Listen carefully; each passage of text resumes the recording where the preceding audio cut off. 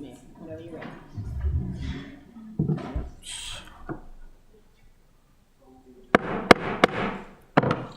Thank you for your patience. Had a little technical stuff we got sorted out now. The work session for the Annapolis City Council on Tuesday, May 7th, 2024 will be called to order at 3:10. At this time, please join me for the Pledge of Allegiance. Thanks.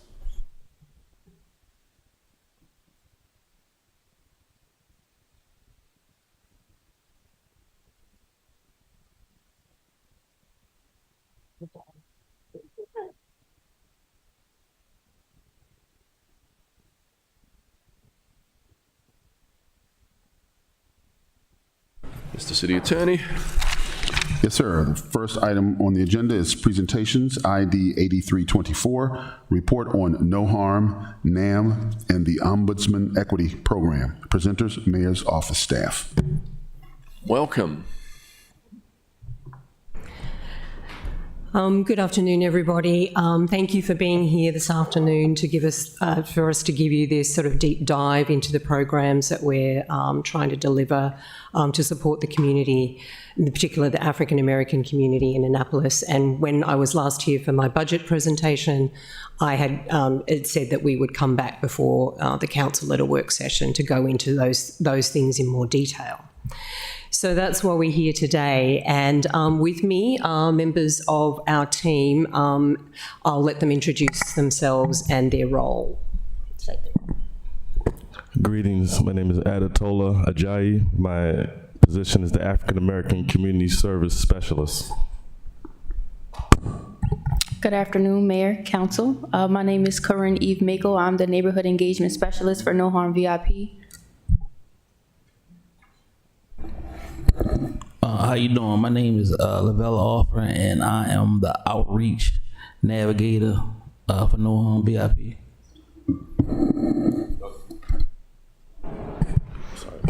Thanks, everyone. And I forgot to mention that I'm Kate Pettit, Chief of Staff to Mayor Buckley.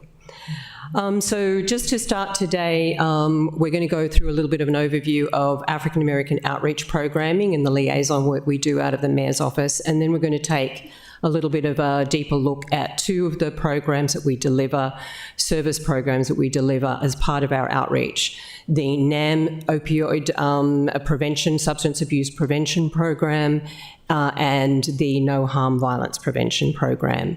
Before we go any further, I would like to acknowledge that we have some partners, important partners and supporters here with us today. We have Dr. Joanna Tobin from the Board of Education. We have Kerry Mueller, our social worker at Annapolis High, and we have one of our students here who has been working with the No Harm team over the past 6 to 9 months, in particular at Zaire. What was Gross? Zaire Gross. Sorry, Zaire, I couldn't remember your last name. Thank you for being here, though. I also want to preface that part of the reason we're here today and we have some of our education partners here today is that the violence prevention program that the council supported last year was focused very much in Robinwood. It was very much a community building kind of focus. We have continued our presence in Robinwood, but over the last year, we know we had a difficult year around some of violence and gun violence, and in particular for young people in the city who were victims and perpetrators of violence.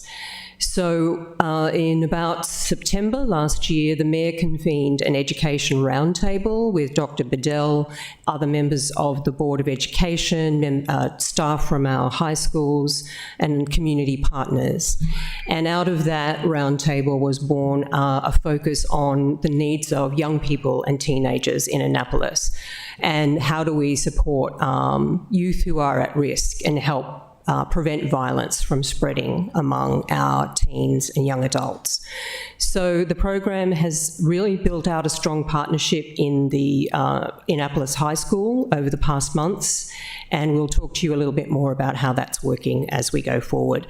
Youth in Robinwood remain a focus, and Lavelle is working in particular with a number of young individuals in the Robinwood community to support them. So without going too much further into all of that, we'll get to more of that as we go through. I'll just take you through high-level stuff about the overview of our African American outreach. So the mission of our outreach is to advance, preserve and support the African American community of Annapolis through culturally competent community services and programs that promote equity, participation and opportunity in line with the Mayor's commitment to ensure that all residents know they are valued and have a voice. We work to celebrate African American history, culture, and the significant contribution of African American residents to Annapolis throughout its history. We work to promote the well-being, participation and representation of African American residents. We seek to address issues that impact that well-being and opportunity. We seek to provide culturally competent and locally tailored constituent support to assist Black residents and businesses solve problems and access services.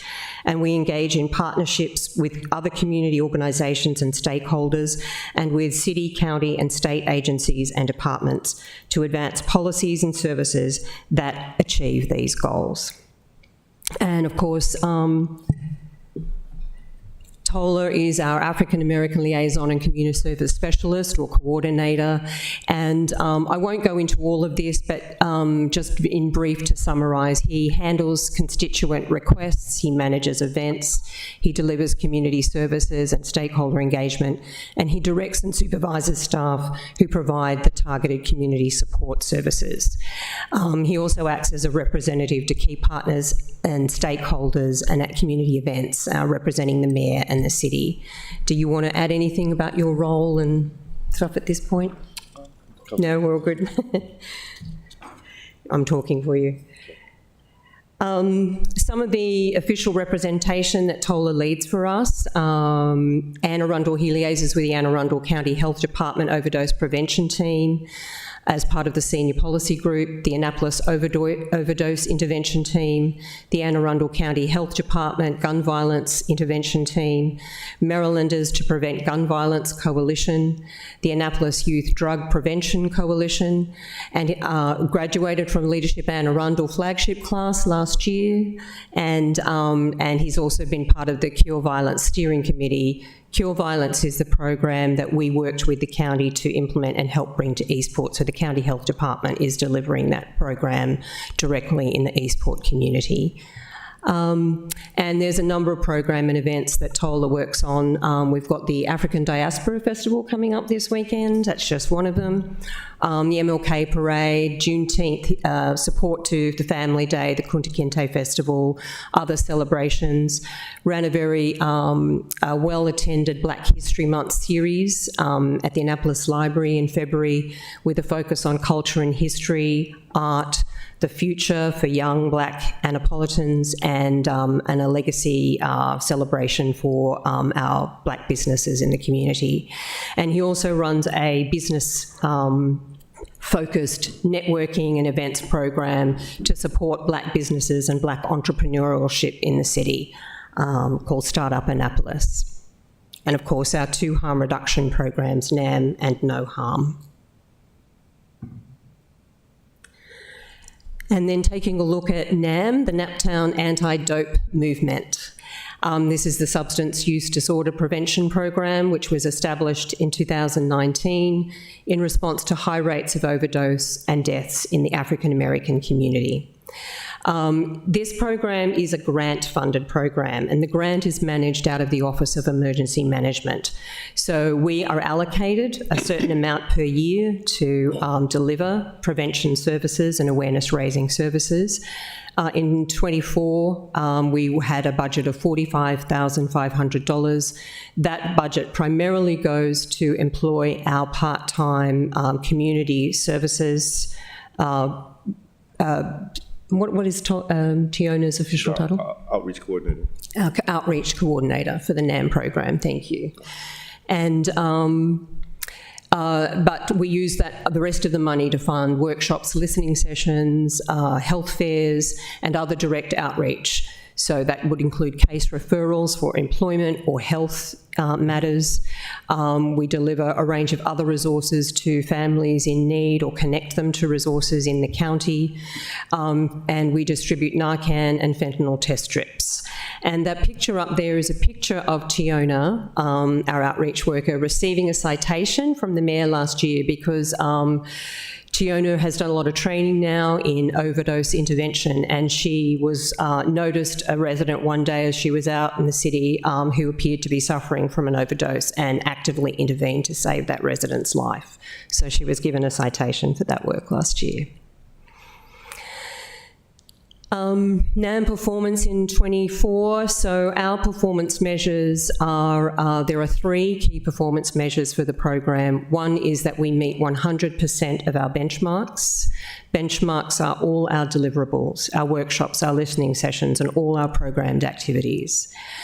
The second performance measure is to contribute to a reduction in opioid overdoses and fatalities in the African American community. The goal is by 30% as we go from year to year. And we also have an opioid-free pledge with a goal of growing that pledge by 15% a year. I will say that target was one that we've just established more recently.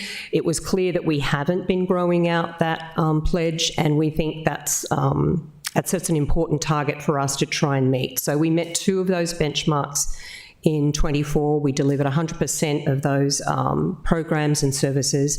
And overall, the NAM contributes to the city's targeted 30% of reduction in overdoses and fatalities. We are going to try and grow out that the opioid-free pledge in the year to come. Alderman Arnett. Thank you, Mr. Mayor. I hope we can ask questions as you go along. First question is, can you please send us these PowerPoints? I like to review them ahead of the meeting, but I am kind of curious about the number 2 there. Mm-hmm. Are there only drug overdoses in the African American community? No, of course not. Okay. But our program is very much targeted to the African American community. Do you want to talk a little bit about that, Tola, and how and why we, the NAM? There was one correction on there. It started in 2018, and the fatal overdoses in 2018, I think there were 11, but 8 of them were African American, so that was 80% of the fatal overdoses. Because the population of African Americans is only 26%, that's what started the call out for looking for programs. So from my position, it was really targeting African Americans with messaging first, community events, but understanding that the health department messaging and their PSAs they weren't featuring African Americans, stuff like that. So that was one thing we tried to do, but also no one was doing outreach directly in the communities from the health department because of community barriers or what have you. So the first goal, especially bringing on Tiana, was to get somebody from the communities in Annapolis, African American communities. So what other questions? So it's focusing resources where the biggest bang for the buck is. Is that putting words in your mouth? And I'll just add, so the city, we're part of an overall opioid intervention program that is run out of, coordinated through OEM, that incorporates the fire department, OEM, NAM, anyone else? APD. And so our part of that is, and the health department, and our part of that is very much about targeting the African American community as part of our outreach to them. Thank you.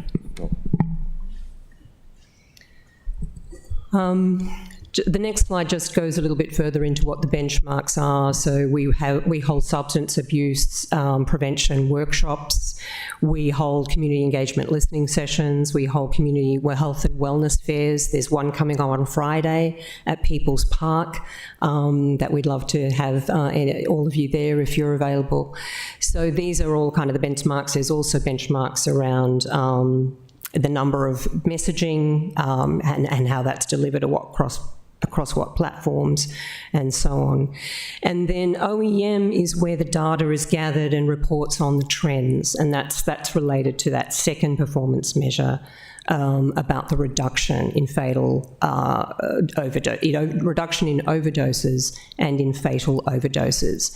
And you can see when you look at those figures, and I'm sorry, Alderman Arnett, I will get this to you. I apologise, we didn't get it to you in advance.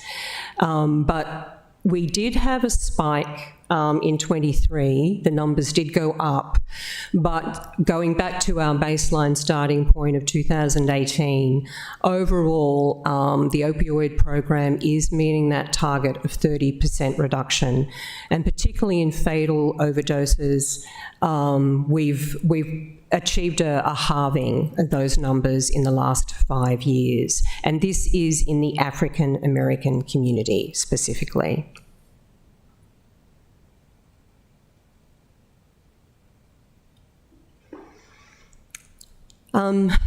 Moving on now to the second program. Unfortunately, Tiona, who delivers NAM, wasn't able to be here today. She's got some family matters she's dealing with.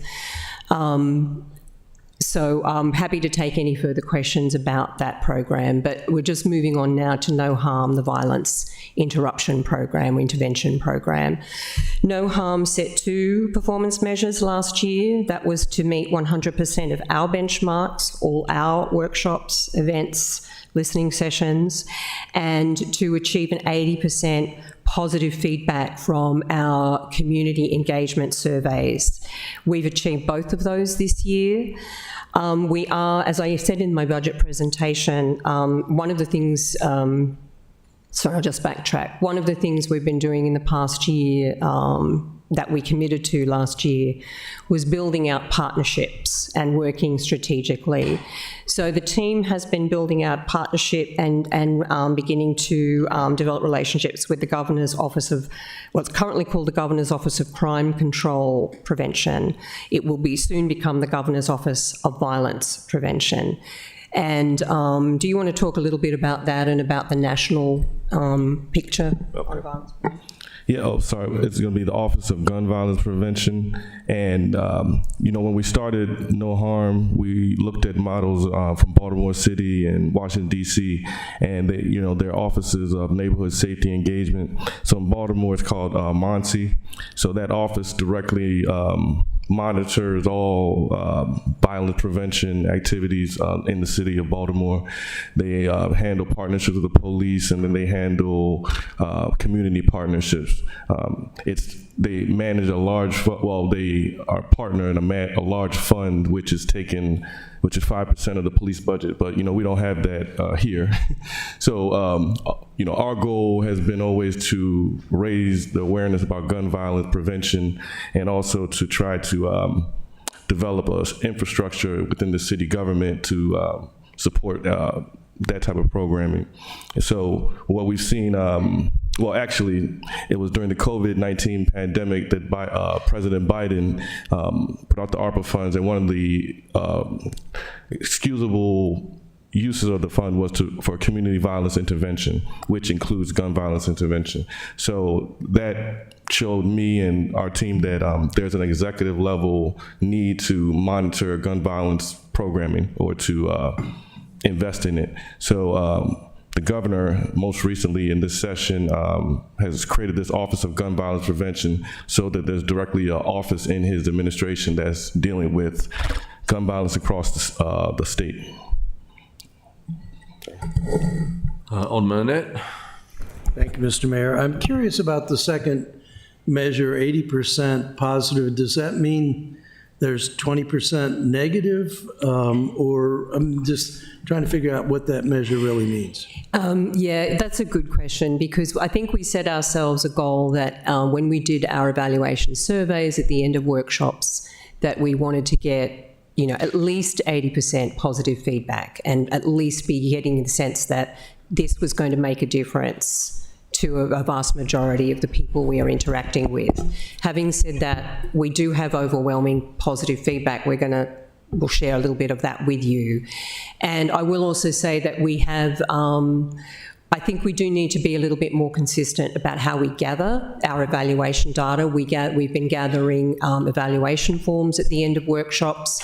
We've been doing some interviews at the end of our youth activities, outreach activities and field trips. So we do need to be a bit more systematic about how we gather the information, but overwhelmingly the people who are participating in the program are reporting that it's helpful to them and changing them. And one tangible example of that is the field trips that Corinne's been leading to take Annapolis High Schools onto. They've been to Bowie University, Bowie State, Anne Arundel Community College, a number of others. Not only have all the participants reported how valuable that's been, but I think we're hitting about 25% of the group then go on to make an application to a college or to a course following up. So that's a really, we need to be a little bit more systematic about gathering that data so we can report in more detail. But what we're seeing indicates very positive feedback and impact. So sometimes negative comments can be more informative than positive comments are supportive. Are you getting any negative comments, or it's just that 80% of the participants are indicating very positive attitude? I think the best one, we did, and I'm going to let you talk, the community engagement survey we did through the pop-up tours last year certainly gave us some useful feedback on residents and how they may feel cut off from services, and I'm going to let Corinne talk about that. That's definitely a great question. I will say, given the work that I have been doing with some of the students, they retain the information, but sometimes when they get back around their friends, they might dibble and dabble back into the wrong doings just because of peer pressure or whatever the case may be. So I feel like that 80% is their willingness to actually participate and really to think about their actions and their decisions. But then once we walk away or once they're not around any adults anymore, they kind of trickle back into until we really continue to be consistent with being around them. Corinne, could you? Sorry for being a stickler, but I hope it indicates we are interested in the program, so. And Corinne, could you just speak to, or Tola speak to the community survey we did at the pop-up tours last year, because we got some really useful feedback on the way residents are not feeling engaged or informed or aware and how to access services. Yeah, so we did a community resource and service pop-up tour in we had 8 sites for the tour, but we also had a digital survey and we had the interns giving out the survey. So we collected a lot of information. Now it was something that we put together, so it wasn't maybe the best survey, but it was just something we wanted to use to gather information. But Corinne will speak to what was learned. A lot of the information that was gathered from the surveys were a lot of the residents stating that they wanted to learn more about the services that are offered. They wanted to have more access to it, and that they wanted more to do within their communities, or they wanted more opportunities. So with those results that we gathered, we were able to kind of pinpoint some of the things that they want, as well as more policing within the communities, with more police engagement, should I say, within the communities, as well as like community cleanups and things that they want.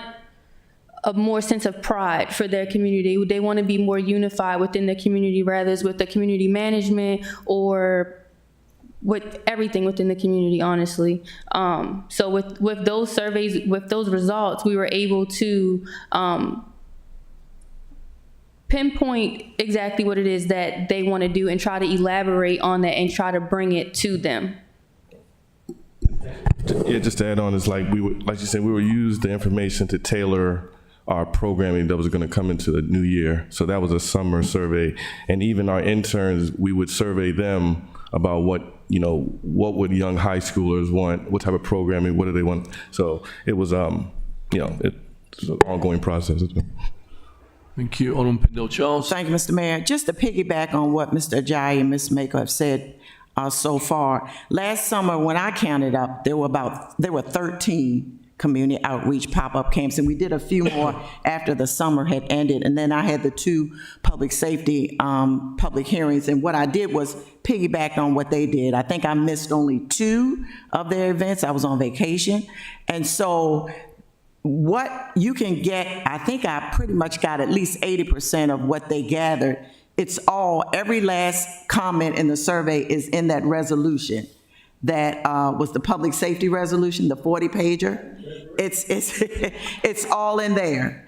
Every comment, I think, I may have missed a few from not getting everything from Corinne, but if you could see a common thread, Corinne touched on it.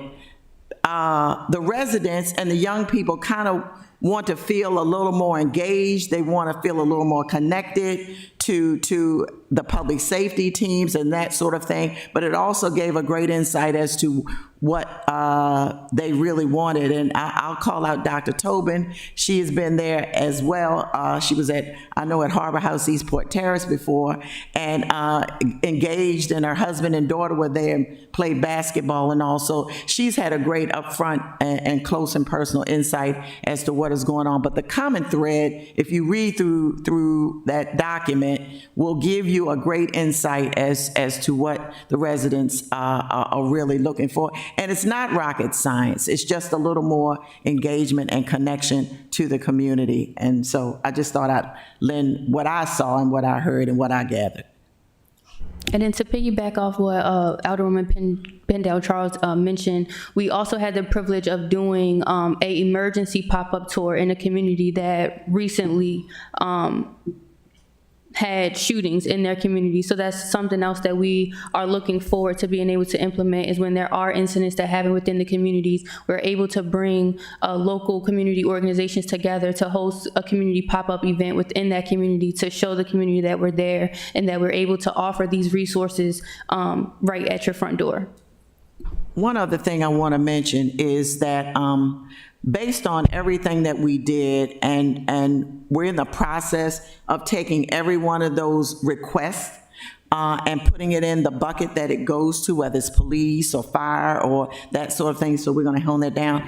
But based on all of that, I started, I guess, about 6 or 8 months ago, meeting with their team once a week on Wednesdays for an hour and a half to talk about what they're doing, what's happening, what they can use me for as a resource, or just, we have a lot of conversations, and Ms. Pettit has been part of those conversations as well as the mayor. So moving forward, all of this is a kind of a putting together of everything that's kind of been going on since last summer. So they've been great to work with every Wednesday, and we've really enjoyed it. I've learned a lot as well. So thank you.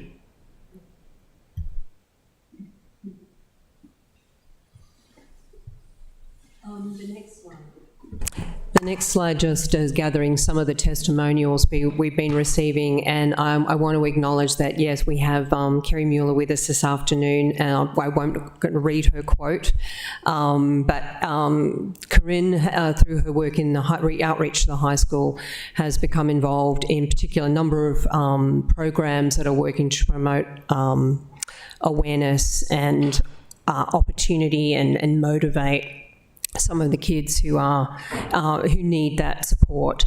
One of them is Pathways to Peace program that Ms. Mueller leads. I would like to share one of the testimonials here from one of the mums, Dee Freeman. This was posted on social media. Lavelle is working directly with young people, a group of young kids, and with one young teenager who has been kind of identified as at risk and in need of support. And this kind of gets to the pointier end of services that we want to provide that target particularly the kids who are at risk. This mum wrote, "I'd like to publicly thank Lavelle for taking my kid under his wing. He was on his way down a wrong path, and one text to Vel changed that. He not only gave him a job opportunity, but also helped him start his own business, and he hustles for it too. Vel, thank you. I want to know how appreciated you are." That's just a shortened version of the quote.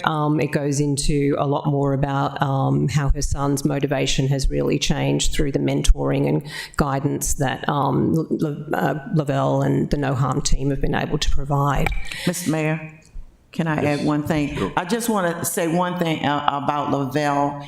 He came to me about a year or so ago about an issue that I guess never really thought about, that a lot of parents in our public and subsidized housing communities, underserved, who are pregnant and lack of diapers. So Lavelle came to me and said, Ms. Rhonda, can you help me? And we got together and we assisted each other, and Lavelle has been doing what he calls pop-up baby showers. And he seeks out mothers who he is familiar with that may need diapers. And so that's a project that he and I worked on, and we're gonna continue that as well. So thank you so much, Lavelle. And he's gone through Leadership Anne Arundel as well, and he's my neighbor too. I would like to ask our visitors to come up who, I know they've got some things to say themselves, but I'm just going to quickly try and just wrap up my piece of this, and then I'm going to hand it over to them and to the team to go into a bit more about No Harm. As I indicated in the budget presentation, we've met all our current performance sort of targets and benchmarks in both the programs for NAM and No Harm. In looking ahead in the year ahead, we are going to be trying to develop a strategic planning group with other city departments, because one of the things we've proposed in the budget is to bring two programs that have been funded separately together, and that is the No Harm program and Annapolis United. And you may recall that Annapolis United was, the funding for that was put into the Mayor's office last year. And we were not quite sure where the program would go and be taken, but as Alderwoman Pindell-Charles has indicated, there's been a natural partnership has developed because both those programs are targeted at violence prevention. So we've been partnering with part of Annapolis United for some months now, and that program has funded the field trips that I referred to Bowie State, to the community college, and to other places. So we believe that our proposal in the budget ahead is to simply unite those two. We're not asking for any extra funding, but just to bring those together as one violence prevention program. And the Annapolis United piece, as well as continuing to fund the No Harm work, the Annapolis United piece will continue to, will also bring in the partnerships with other city departments, in particular APD. We are working with the re-entry program to support the Positive Impact program and their pop-up camps. One thing I can't see there that should be there is that we'll be funding the PAL boxing program, which is another great program for kids who are needing diversion and outlet. That the Annapolis United funding also funds the Protect and Serve live stream that goes out every 2 weeks from the city, from the police chief. We've also been talking to OEM about a college-focused internship program for a college-age intern. Their work is fairly specialised, so they need interns that are working towards that kind of degree and experience. We're talking with Rec and Parks about helping to support the STEAM programming, and of course we work continuously with OCS around family support services. So that cross-team planning workshop is the next step, and the other thing I indicated I would do 3 weeks ago was come back and present to you, so here we are.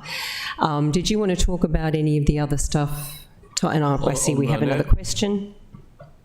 Will there be, I want to talk about funding. Will there be slides later on that talk about that, or is this the time now? I haven't got detail Okay, on funding, so- but I can. And I'm going to rely on Alderwoman Pindell-Charles to help me with this, because Annapolis United felt to me like it was largely coming out of Parks and Recs, some other things, but, and I remember, Tola, when this first started, and I came to talk to you about the program, and it wasn't a lot of money then, maybe 40,000, something like that.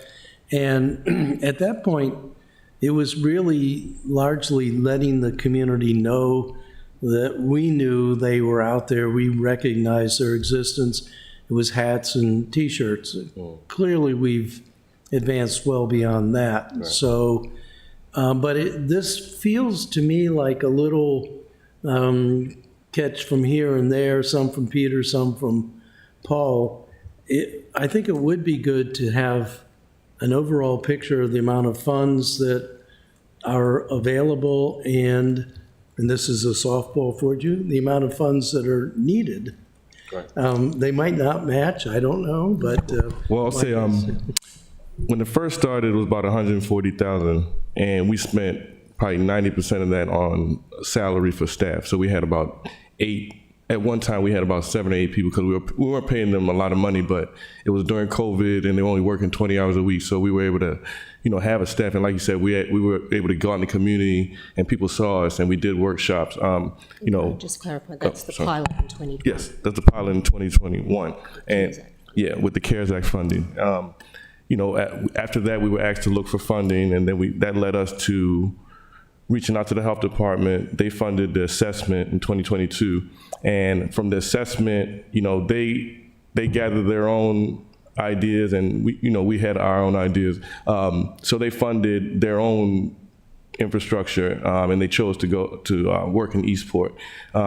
We learned that it was better to not just have a whole bunch of employees and then try to go across the city, but to focus on one community. Now, when it was funded in 2022 to 2023, it was only 80,000. So that's why we hired 2 employees, and we, kind of borrowed some of our other event budget that was allowed them to have a budget. So I think June 2023 and 24, we started talking about merging with Annapolis United, but there was also a lot of building still to do. So when we were able to have a plan that everyone agreed on, that's when we started our college career exploration and taking the field trips. But before that, they were just kind of working with individuals in the school, and Lavelle was working with people in Robinwood, when Corinne was working with people in school, and Lavelle was working with the young people in Robinwood, the particular group. But so we've been able to expand and do a lot in the last 5 months with funding. So we've been, working on how we can collaborate and how we can have the best use of the funding we have. I will say that, and I put it in another report, and I can send it to you. I think, and I like to reference the assessment just because that's what the county used to build their team in Eastport, and they have about 7 staff just in Eastport.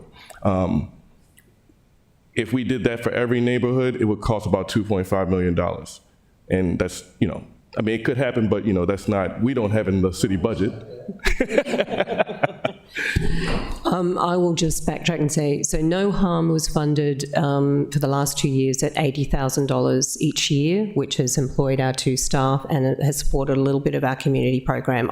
They do it on a shoestring, I will admit, their community events. With the Annapolis United budget, that would allow us to expand some of our no harm programming for sure, and that's been one of the valuable conversations we've had with Alderwoman Pendell Charles. But we would continue to support those activities that were traditionally funded out of Annapolis United that have a natural alignment to the violence prevention and youth focus. So I think the money that we have looked at for APD amounts to around $35,000. And I think we're looking at another $40,000 that would fund some of the other departmental activities. And then that would allow us some additional money when the 2 programs are combined for a value, I think, of $240,000, I think is the total combined figure. That would give us flexibility to look at an additional high school outreach worker and to expand no harm programming, and that would give us some options to do that. But it still would be helpful, particularly since we're in budget time, to sort of have the overall financial package. We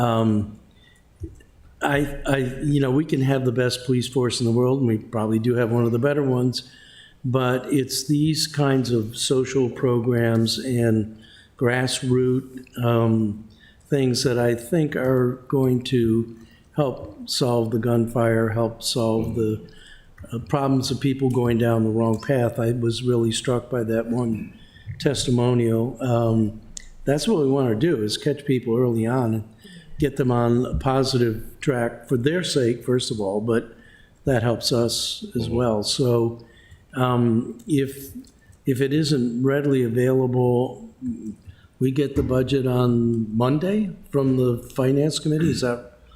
So it would really be helpful to me to see what the dollars are, and I said it's a softball. Give us a pitch for what they could be, because Gavin's got extra money. Oh, yes, we do actually have the information. There's a couple of little details we're finalising, but we can share that with you fairly quickly. Thank you.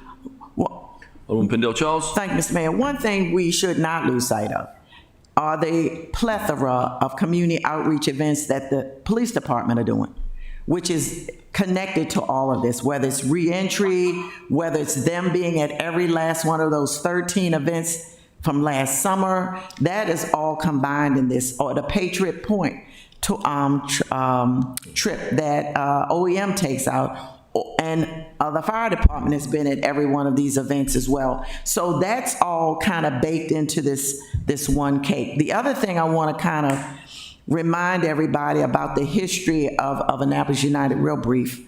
We had that uptick in 2022. Mid-March, the former director and I and the police chief got together. We started Protect and Serve. The first one we did, in 24 hours, the gentleman turned himself in. He had some handgun charges. So we knew we were onto something. The program pretty much ended the end of 2022 calendar year. Because after that, about a month or so later, the new director was coming in. I think there was one more event maybe in March. And so pretty much Annapolis United kind of stopped at that point because I didn't want to interfere with the new director and what her plans were. But then last summer when we started back, we started on these pop-up tours is when I got involved, and we started the conversation about Annapolis United being possibly going in with the mayor's office, because we were all doing the same things. The Rec and Parks were still involved, but not as much as before. And so that's kind of where we've come somewhat full circle and closed circuit, because we could see the benefits of the two coming together, and that's kind of where we all came together at. Yeah. That's my part done, and I would love to invite Dr. Tobin and Ms. Mueller, if she's still with us, and Zaire to come up and just tell you a little bit about their perspective on the partnerships that we're building. And Zaire has been working with Corinne in particular, the high school, one of the students the group that Corinne's been working with. And we really thank them for being here today, and welcome you to come up and share whatever you would like to say about the work and the partnership.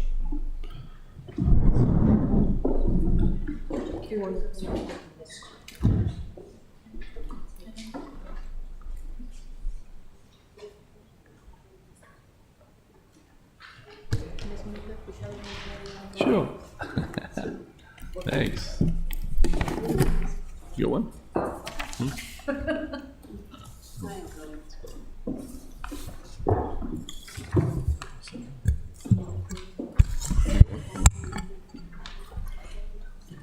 Good afternoon, Mr. Mayor and members of the Annapolis City Council. I am Joanna Bache Tobin, and I represent Councilmanic District 6, which includes the city of Annapolis, on the Board of Education of Anne Arundel County, and have done so since 2020.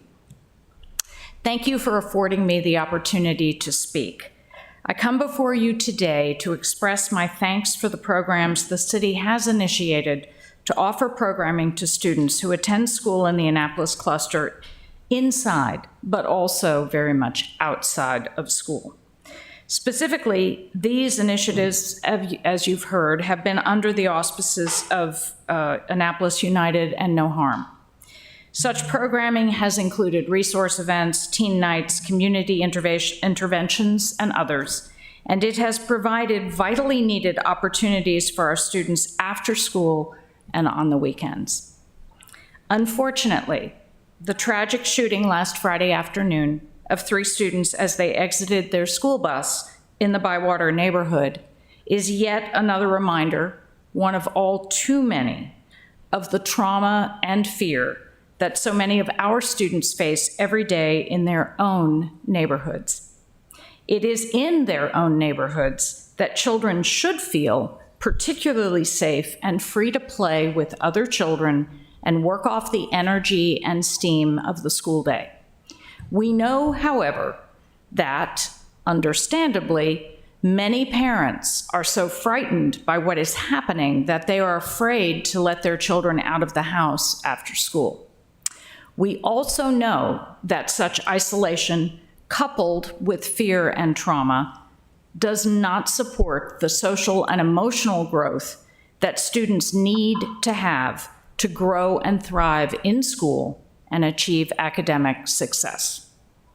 When the mayor's office invited AACPS to attend a community roundtable here at City Hall last year, for which we thank everyone involved, the conversation revealed that while the schools continue to do all they can to provide the supports necessary to our students during school hours, there are gaps that the city can fill outside of school. As I've noted in previous comments before this body, the relationship between the city and AACPS has always been somewhat complicated by the fact that the schools do not lie under the purview of the city. It remains the case, however, that the students in the Annapolis cluster schools are the city's children. For that reason, and all the others I have stated here today, I urge the City Council to continue to support this programming for our students. We are facing a very difficult moment for our children as we continue to emerge from COVID and we contend with this wave of gun violence besetting our communities. The opportunities provided by No Harm are vital links for our children and their families to critical supports and can offer some bridge to stability and normalcy and opportunity. It will take a number of years to combat these formidable challenges, and I urge the City Council, therefore, to continue to fund these critical programs. Before I close, I would also like to make one additional request of all of you. Clearly, we share the goal of ensuring the very best outcomes for the students who attend schools in the Annapolis cluster. As you're no doubt aware, the county's budget, of which AACPS makes up approximately 51%, is now in the hands of the County Council as they deliberate prior to striking the final budget in June. One of the things that Annapolis High has been requesting for years is an additional social worker. Ms. Mueller is currently the only social worker at Annapolis High, serving over 2,000 students, and she does, I may say, an extraordinary job. But among her many other duties, she must provide passes for students to attend No Harm events during school hours, and at times make additional arrangements to facilitate the interaction of the programs with the schools. Having that additional social worker at Annapolis High would have a direct impact on our students, as well as increase the ability for AACPS to partner with No Harm and other city programs. Therefore, please consider contacting the County Council and adding your voices to advocating for the AACPS budget and for this position in particular. Thank you. Dr. Tobin, could we ask you some questions too? Oh, yeah. sure. Thank you. Thought you were Alderman tired of Pindell me. Charles, sorry. Thank you, Mr. Mayor. Dr. Tobin, first of all, thank you so much for coming here today. You are truly the bridge between the school system and us. But I would ask you if you could email us a copy of your comments, because I want to take that last portion and turn it into a resolution from the council to the county to let them know that this is the will of this city council to help us with our children who are our residents, but also the county's residents as well. So I love that last portion that you had. And if we could prepare a resolution for Monday, Monday? Have a meeting Monday? Hopefully, we can get it done by Monday. We'll use exactly what you have, and that would be extraordinarily helpful. I will be happy to get it to you. And I just want to say, again, thank you to Alderwoman Pindell Charles and the mayor and Ms. Pettit and so many others, Ms. Makel, Tola, so many others who work so hard in support of our students. They need each and every one of us right now. And the fact, if we can join hands and make sure we are doing everything in our power to leverage all of the resources we have on their behalf, they will see that the adults around them are doing that, and that makes a difference. So thank you all very much, and thank you, Alderwoman. I will absolutely get you those comments. Thank you so much again. And I would just like to say thank you. I can't believe there's just one social worker at Annapolis High. Thank you for what you do for our children. Is that the same at every high school in the district? Is it? Yes, it is. Especially in these times, it just seems crazy that there's not more. Look, ladies and gentlemen, it's a tough time. I mean, we have, and I should say on Ms. Mueller's behalf, she gets, at this point, is it 3 caseloads worth that come in from the middle schools to you, or 4 of social workers? So there are 2 at... There are 2 at Annapolis Middle and 1 at Bates. And 1 at Bates. And Apex and IB. And then whatever, because understand, Annapolis High, for example, has students from 14 of our middle schools throughout the county because of the magnet programs that are at the school. So just, you do the math. You have 3 caseloads and additional coming forward. And Annapolis High is getting to the 60% free and reduced price meal number. And so you recognize that the need, that number is not exactly correlative with needs for social worker, but it tends to connect.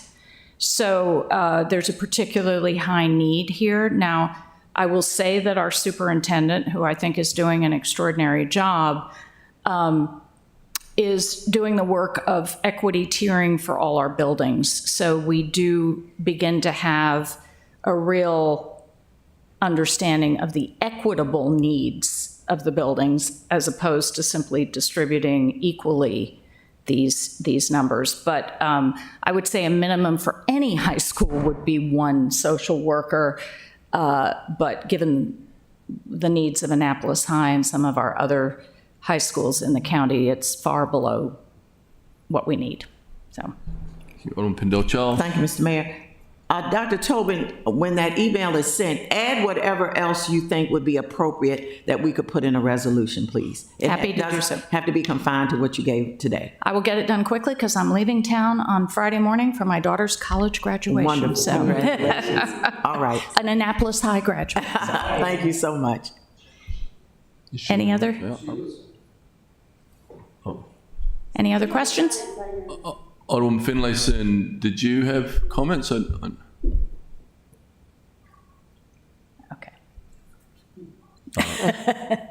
Nope. Okay. Thank you so much. Thank you. Dr. Tobin. Yes, we can. No, thank you. Alderwoman Pindell Charles read my mind. A resolution from the council. And actually, I think that we as a body could send a letter to the county council members in addition, and very clearly outline the needs for an additional social worker at Annapolis. So I would like for us to sponsor a letter to go to the county council members, in all of them, about our needs. So thank you, Mr. Mayor. Makes sense. Thank you, Alderwoman Finlayson. Thank you. Thank you very much, Alderwoman Thank Finlayson. you, That will be a great help. Do you want to come up with me? Hello, Mr. Mayor and council members. Thank you for being here to hear Zaire Gross and myself, Carrie Mueller. This is my 3rd year at Annapolis High School. I was 8 years at Phoenix Academy, where I was one of 5 social workers for 220 students. And then I got to Annapolis, where I was one social worker for 2,200, and it was a little overwhelming. I spent my first year slapping Band-Aids on every student that walked by that I felt like needed a little bit of something. And, I recognized the needs of the students walking by, but it was just, there were too many of them to really help. And so in my second year, I said, I got to do stuff differently. I have to start supporting community organizations that can support our students much better than I can. Excuse me. So I work with Seeds for Success, Charting Careers, and when Corinne came along with No Harm VIP, I was so excited for the partnership. Corinne has been an amazing addition to the high school. She is present there every week, usually on Tuesdays, sometimes on Thursdays. The students, there are so many students who know her by name now, and it's so exciting to see because they have another support in the community. This time of year is so hard for us who are about to take off for the summer. We don't celebrate being off for the summer. We worry all summer. And when the weather gets warmer and the students are outside and the violence tends to uptick, it is very nice to be able to call on Corinne and some other people that I've met in the communities through No Harm VIP to be able to say, hey, there was conflict at our school today. I'm worried about it overflowing into the community. And she always answers my call and is on it. She'll call whoever she needs to call to make sure that there is extra support in the community. So like something that was said earlier, I do the Pathways to Peace program at Annapolis, which just kind of coincided with No Harm coming into the building. Pathways to Peace was an initiative that came out of the Office of Equity at the board. And it was the result of a lot of the increased conflict that we saw coming out of COVID when the students came back from COVID. So we got students together and said, what the heck is going on? And then the following year, when we came back, I was so excited to keep going with Pathways to Peace, but we had such a teacher shortage that a lot of the people at the board were pulled into schools. So anyway, that's how I came to kind of run with the Pathways to Peace program. And Corinne has also been able to help with that partnership. And what is so great about Pathways is that we pull kids from all of the communities very intentionally so that they can learn that they don't have to be 20 and Robinwood and Eastport. We can all get together and do fun things and go on great field trips and learn how to move forward together. And then when things happen, like Robert Clark was one of our students in Pathways who passed away last summer, the students from other communities were able to jump in and say, hey, we need to cool it with, what's being said in the aftermath of this student's death. So I just want to thank the city and the partnership. It has been an absolute worthwhile investment in the passes and the connections that Corinne has helped me make. It makes me feel better knowing that we have support in the community, the opportunities that we've been able to give students. Ms. Tsai, do you want to talk a little bit about what some of the opportunities that you've had? Can y'all hear me? It's been a lot. I can't even count on my hands for real.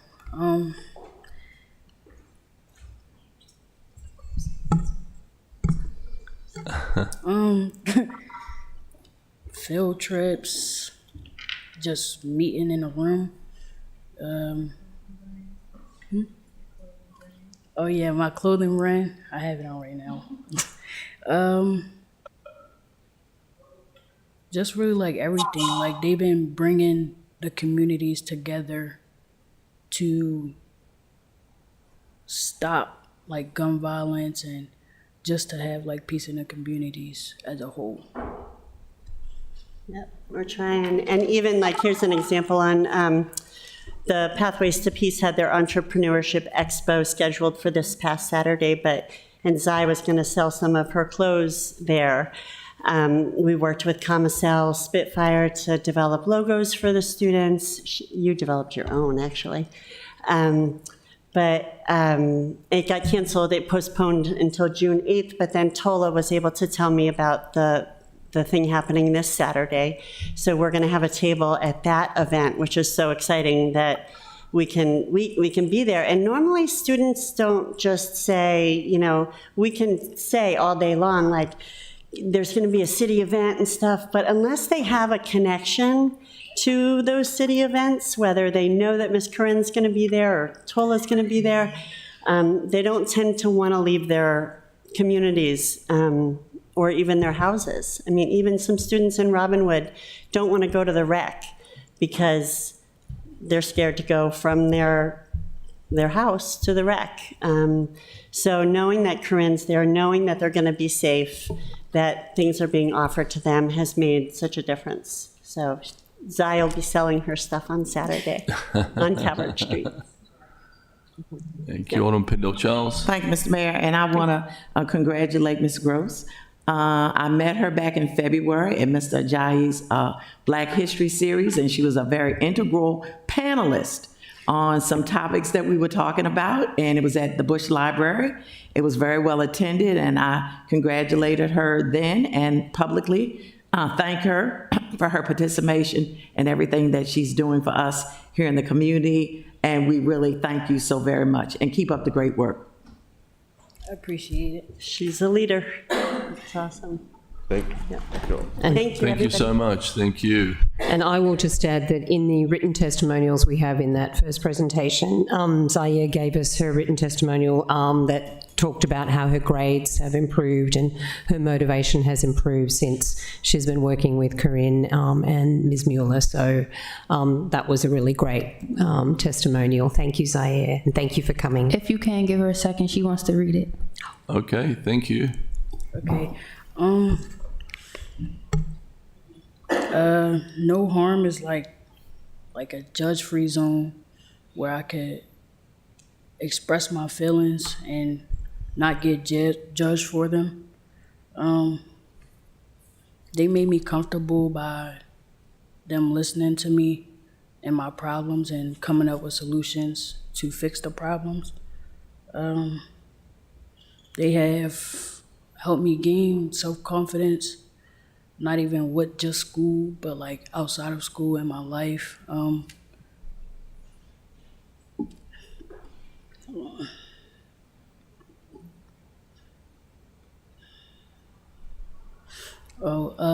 Corinne, she has been like a very big help. She made me realize that I can't always depend on people, and sometimes I just gotta ride it out by myself. Before I have gotten into the program, excuse me, before I have gotten into the program, my grades were terrible. And then like, my last report card was like way better, from E's and D's to no E's and one high D. I just want to thank y'all for giving me this opportunity to let the community hear my voice and my opinions on how I feel.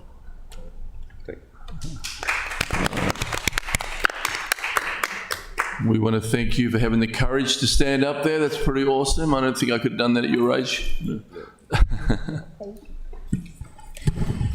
Okay, we don't want to take up too much more of your time, but the team did prepare a little additional presentation, just goes into some of the specifics of the work they're doing, so they're just going to move through that really quickly, and we'll try to be done in 5 minutes or so to make sure there's time for questions.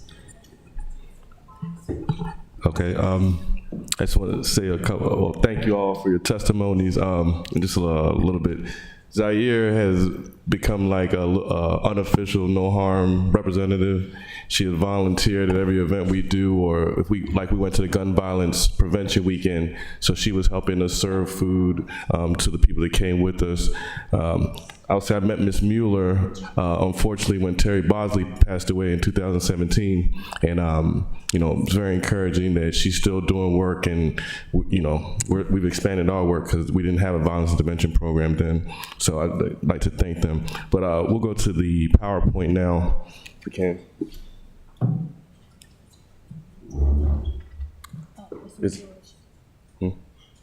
I know. Okay, how can they put it on the screen? Oh, it's not working? Because it should be from its being. No. Okay. I think this is from Sheila. Yeah, we just might need someone to switch over to the presentation for us so we can get to that slide, if our studio team is listening. Yeah, we're going to be beset by technical difficulties today.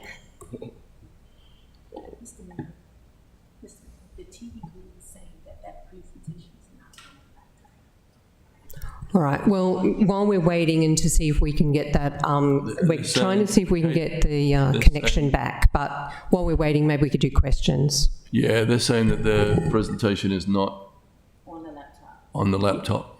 Yeah, we've lost power on the main laptop. I'm not sure why, because it is plugged into a power source. It should be working from here because we've plugged this one in, but we've switched the laptops.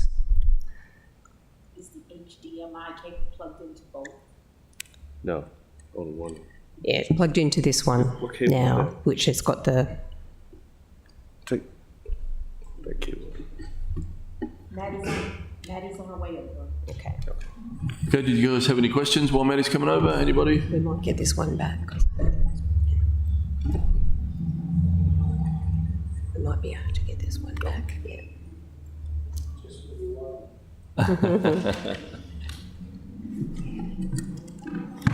Good news is I think we got the original laptop back because it actually hadn't been plugged properly into the power source, so that might help us. While they're figuring that out, you have the picture in front of you is the no harm signs, and it's just an example of how we wanted to take messaging beyond the clothes and t-shirts. And so those are up in Robinwood community. They've been there for I think 9 months. Yeah, that was an initiative that Lavelle led, and we worked with Public Works and HACA to put those in, get those up. Well, the purpose of the signs is, a lot of people they talk a lot, and nothing ever really come about, you know what I mean? So we wanted to, like if you see McDonald's or Wendy's, you know the sign when you see it. So we wanted to promote like non-violent, like stop violence. So when you come in the community, you'll know that this is a violence-free zone. In other words, we don't condone violence in the neighborhood. The parents loved it. They went crazy about it. They wanted us to do more with it, probably like little picket fence, like little signs they put in their yards and stuff like that. Because unfortunately in them neighborhoods it's gun violence, So and we can't always be there sometimes, but like it's like when you park at a handicap spot, you think about it because you don't probably supposed to park there, or if it's like a red curb, you're not supposed to park there. So we just wanted to bring awareness to it. When you pull in the neighborhoods, we showing you that we don't want you shooting guns in the neighborhood. And we got pictures of kids on the signs playing, because that's pretty much what kids are doing in the neighborhood. And they say don't shoot down these dreams, because a lot of these people, they just shoot. And like you see the kids yesterday, they falling and stuff like that, and you see their lunch pails and stuff on the ground, and you shooting kids that ain't, killing kids in their dreams and stuff like that. So that was the purpose of the signs. We just wanted the community to know that we love them, and we're gonna be there for them, if that make any sense. One thing I want to add, Mr. Mayor, during the budget presentations, there was Annapolis Maritime Museum grants presentation, and Corinne was part of one of the trips, and the photo was shown there. and it shows the outreach even to the Annapolis Maritime Museum. So there was a photo that showed Corinne, Miss Makel, excuse me, interacting with the children and being on the trip. So I just want to mention that as well. Thank you. Thank you. Okay, I'm going to go through this presentation, just an overview of our outreach programs, but a particular focus on no harm. And we already went over this, but that photo is from last year's Gun Violence Awareness Wellness Fair at Pitt Moyer, and we had several partners: Sheriff's Office, APD, Alderman Finlayson was there, Alderman Pendell Charles, I think Senator Alfred, the Health Director, Moms Demand Action, and Shanika, Delegate Shanika. So I kind of, so the way I've structured kind of my programming is like harm mitigation programs, which include NAM, which is overdose prevention, and then No Harm, which is violence prevention.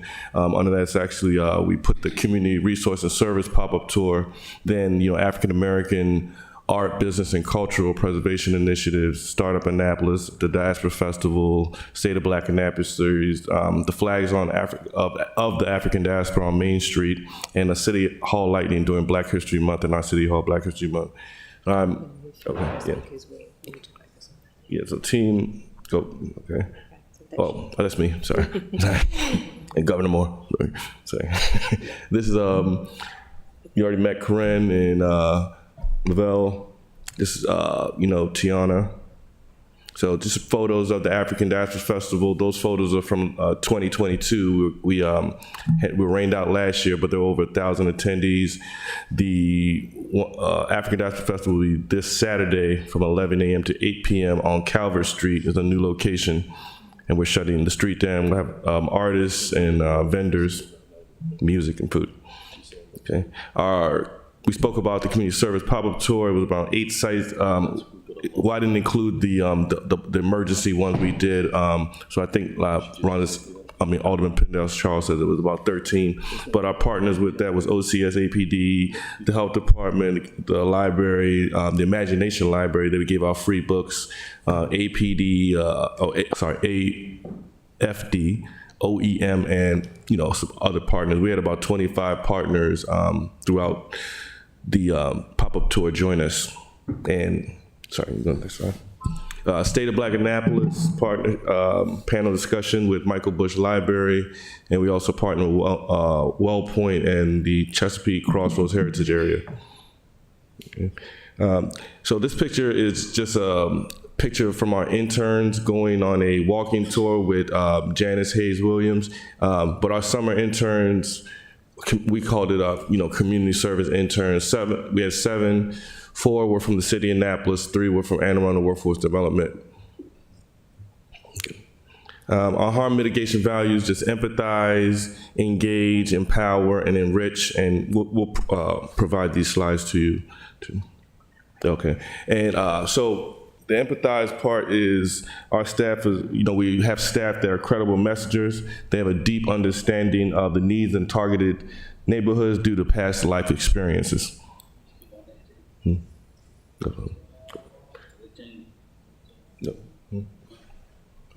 So our goals and objectives built for no harm, basically, I'm going to no harm, but build relationships with youth and families residing in Robinwood neighborhood, develop strategic partnerships with the Annapolis cluster of school staff and students.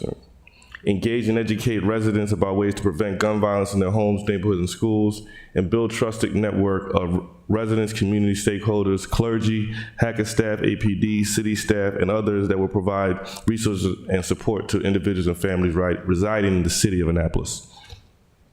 Okay, services to prevent, just focus on, empowering youth to stop conflicts from escalating to violence incidents using prevention training. So we've done conflict resolution training. We've had them learn about mental health and kind of de-escalating. Because the main thing we know is we can't we know we can't be there all the time, but what we want to do is influence the youth to be the violence preventers or per se interrupters in their own community, in the schools. So that's a goal. But then provide targeted individuals and family support through referrals and navigation services, and provide program participants with career development, goal settings, peer support, and opportunities to improve their quality of life holistically. So we build relationships. There's an example in Robinwood with Light and World Ministry that we're helping Pastor Menendez with a food giveaway. She does that every Thursday in Robinwood. Our Each One Teach One partnership is with the Annapolis Anne Arundel Community Action Agency and the Phoenix Academy. So we've done that twice. We did that at the Phoenix Academy, but quarterly we bring in 3 local and not local, local or non-local business owners, and they speak to the youth. The individual in the next to Karen, he actually just opened up a flower shop on Maryland Avenue, and so we at the ribbon cutting, but he said he wanted to speak to youth, so I just connected him with our the Community Action Agency, and then he was able to speak at the school. So, sorry. The Celebrity Basketball Gun Violence Prevention Weekend, it was hosted by Tunnel Vision and Anne Arundel County. We were able to become a sponsor, but the biggest thing was 4 out of 5 panelists in their teen youth panel were from Annapolis, and Zaid was one of them. So we were just very influential, I would say, in bringing the voices of Annapolis to that conversation. And it was held at Old Mill High School. So we wanted to speak about just our community, how we work, because I know a lot of times my position was just being a liaison per se, but I think liaisoning between not only the city and African American community, but different African American communities or neighborhoods and groups, but also working with different organizations that work in the city and really having some real support and resources to provide for these groups, because we know that they already reach out to the city for support. So one of them is like Superior Future. We helped them with the car wash in Newtown, and their community grant recipient. I think they're adopted community grant recipient as well. That's the next slide. Annapolis All-Stars, we built out a strong relationship with them. Lavelle is a football volunteer coach now. Karen's been a cheerleader coach. We worked with them to do the Youth Sports League 7-on-7. And so, just any way we can support these different groups. But these are just examples of 2 partnerships. Tiana has partnered with the Annapolis Scholarship Trust and Annapolis Gardens to support their different activities as well. Okay, kind of highlight of our partnership is, with Pathways to Peace. One of the strategic partnerships we did was with Pathways to Peace and Moms in Action for Soul Box Project, and it was basically building awareness around gun violence through art. Okay, and something that we expanded, like I said, with our partnership with Annapolis United, we were able to really take this to another level as far as college and career exploration. So the Annapolis United, the Annapolis Youth Options Program, Annapolis Youth Initiative, and Lavelle's wearing the shirt. Is that it represents youth and the fact that they have options. Now, a lot of times, I just want to say my personal testimony is that my son is about to graduate from Annapolis High this year. And I've seen a lot of his friends that I remember playing baseball with and everything become, the young people we're talking about. And so, I'm personally driven just to, get involved and people around me and make sure that we are doing that. But, some of these youth, I can remember the face of them going to Bowie State, and it was shocking. That they haven't got that opportunity before, but that's part. Yeah, there was dancing. They had so much fun. And even going to the cafeteria. Now, I went to Morgan State, so I already know that experience, right? But just being able to eat what they wanted in the cafeteria, it was so much fun for them. But we've also built a strong relationship with the community college. We took one trip to a health fair that was hosted by the Anne Arundel County Health Department, and that was for jobs that they were offering college students. But we were able to go in there and learn from these different professionals and see, real careers. But also our young people were able to expand on the entrepreneurship work that Ms. Mueller was already doing. We took them to a pitch contest, $100,000 pitch contest at Anne Arundel Community College, and they were able to see these local businesses and students pitch for monies, and some of them won. So it was a good experience, and I think we've motivated some youth to really get involved in entrepreneurship. Okay. Can you go back? Back. One more. Just a little bit to elaborate on the importance of the Annapolis Youth Options Program. I myself am for Annapolitan of Annapolis. I turned 23 on Friday, and I have been in the military. I'm a licensed esthetician, and I have not gone to college yet. But with me being able to understand the disadvantages that some of these students have just because of the communities that they are raised in, has allowed me to truly be able to understand and fill those gaps. So that was when we took that trip to Bowie State University. That was my first time going to Bowie State University, and I had just as much fun as they did. Even with the community college, I've never thought about going to the community college to partake in any course there, but with going to the business pitch competition, I'm actually looking into doing that because I want to start my own business. So with me being able to learn as I'm teaching and teaching as I learn, it just gives that a more powerful effect with getting the students to understand that it doesn't matter how old you are or what plate you're given. Everybody has the same 24 hours. Everybody has the same opportunity. And as long as you are willing to put forth the effort to take it, you can make it.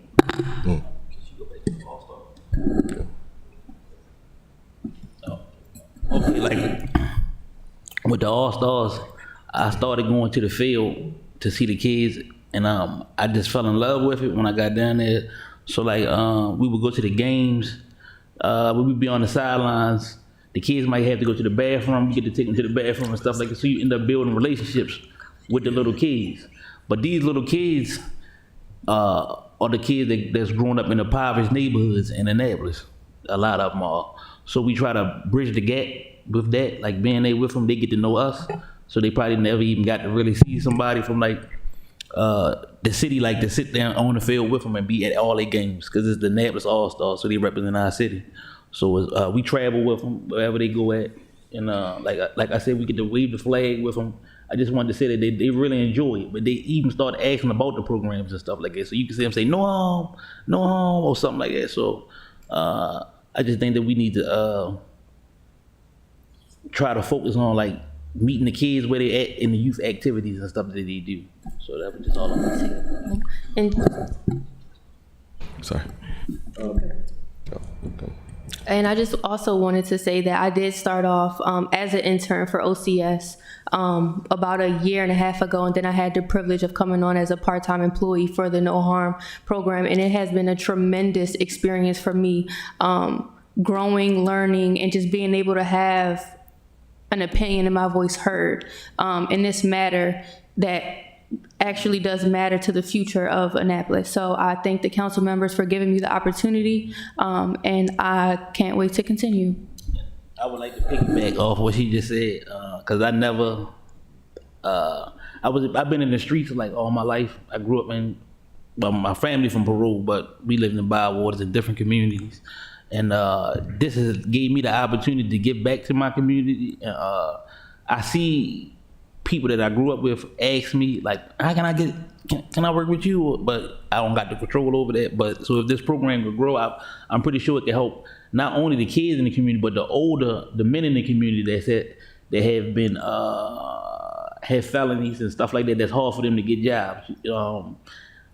Having a career like this could really change the outset of the neighborhood. So when you come up in the lower income neighborhoods, you mostly see people that sell drugs or do violent things.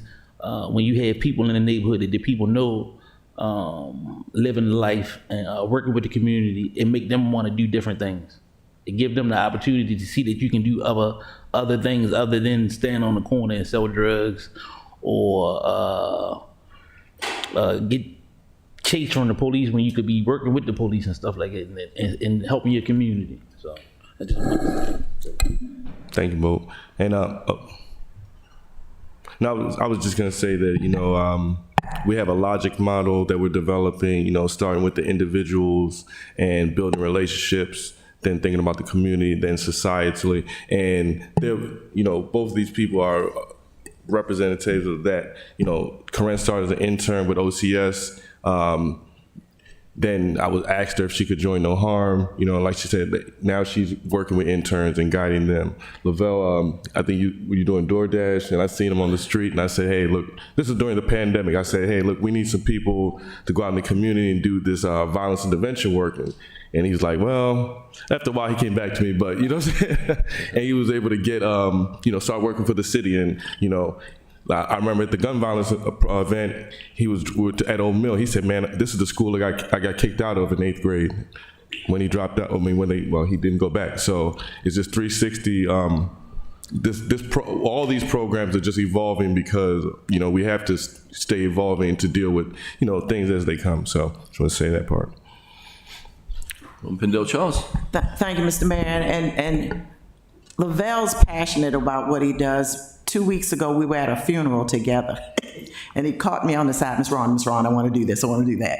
And so we stood there for about 15 or 20 minutes kind of hashing out some things he wants to do. But the impact that these experiences have on young people is incredible. And I, on a personal level, had some really hard times and bad times when I was in high school, especially, and middle school.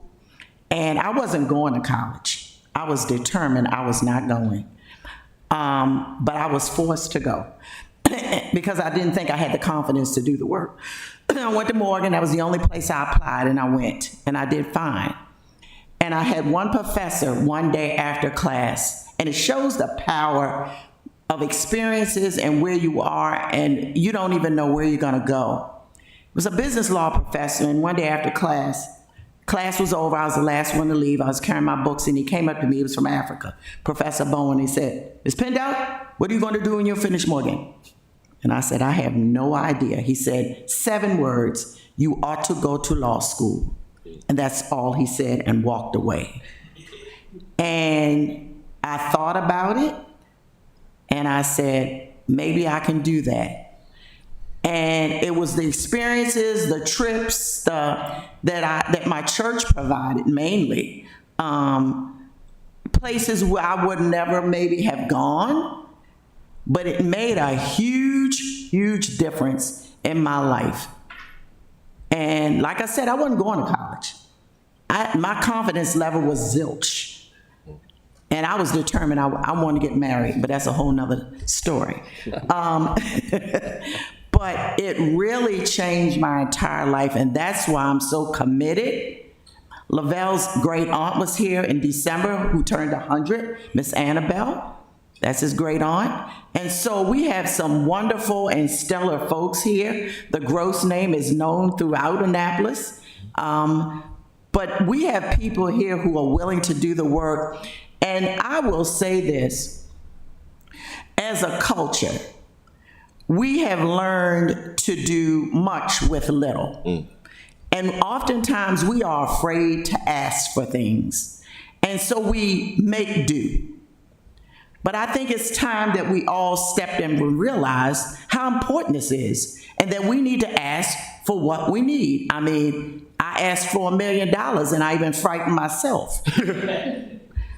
But we need to realize that our worth is more than what people may see. But we're so used to making do with whatever is given to us, what little is given to us. Because lots of times it's very, very, very little. And when we make it work, but sometimes that's not enough.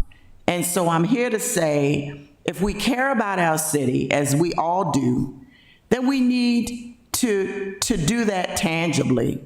My father had a saying, he said, you can't go on a steakhouse with hot dog money. And that's all I got to say about that as far as Gump says. Thank you. But thank you all so much. Alderman Arnett, then Alderman O'Neill.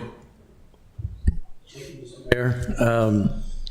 And thank you, Mr. Mayor. I don't think we can kid ourselves. We have a long, long way to go. But you did bring us the One Annapolis initiative, and this is some of the fruits from that. So thank you. Alderman O'Neill? Thank you very much, Mr. Mayor.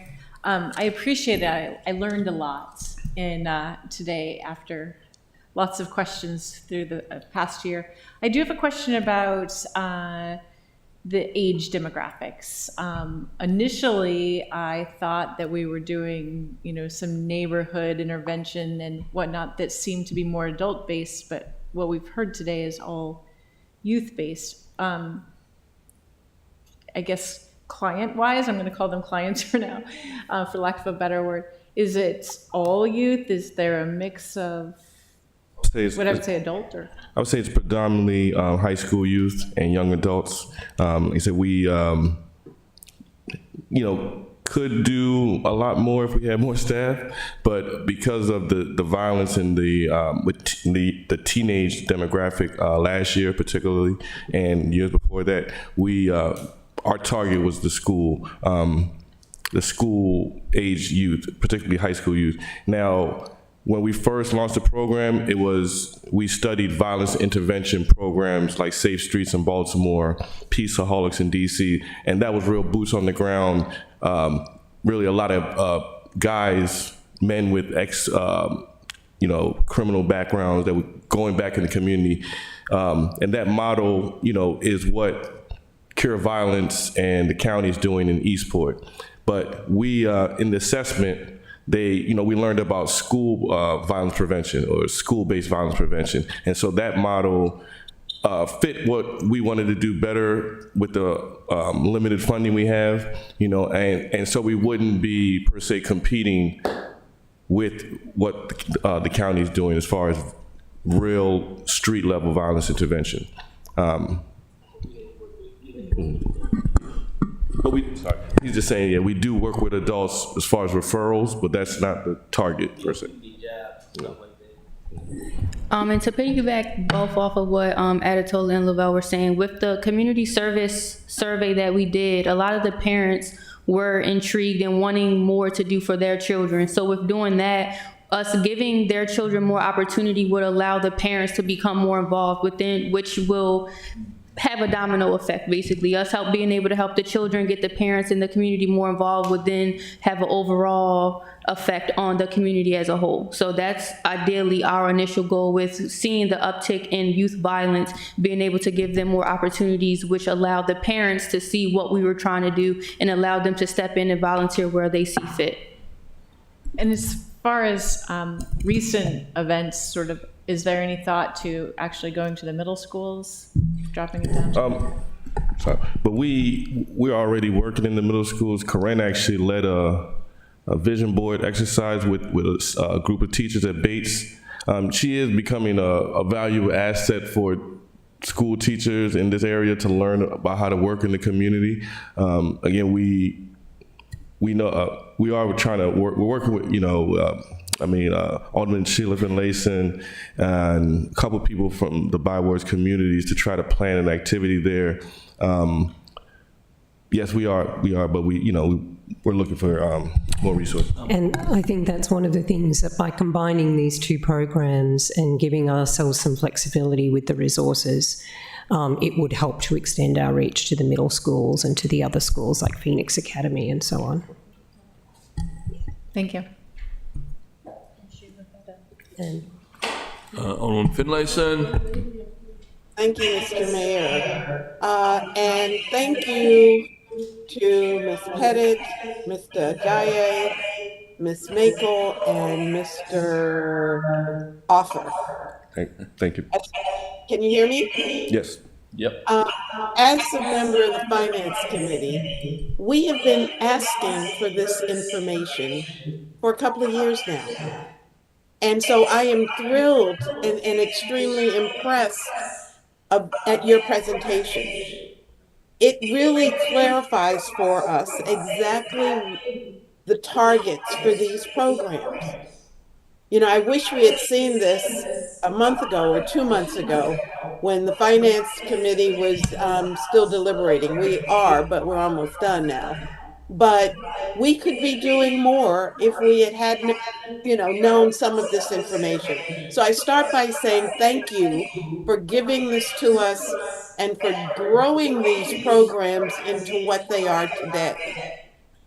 My question has to do with your interface with other community groups, and you've answered this question to a certain degree. You know, you're working in Robinwood, and for many years, Restoration Community has been a grant recipient. They got a Adopt a Community grant for the last 2 years.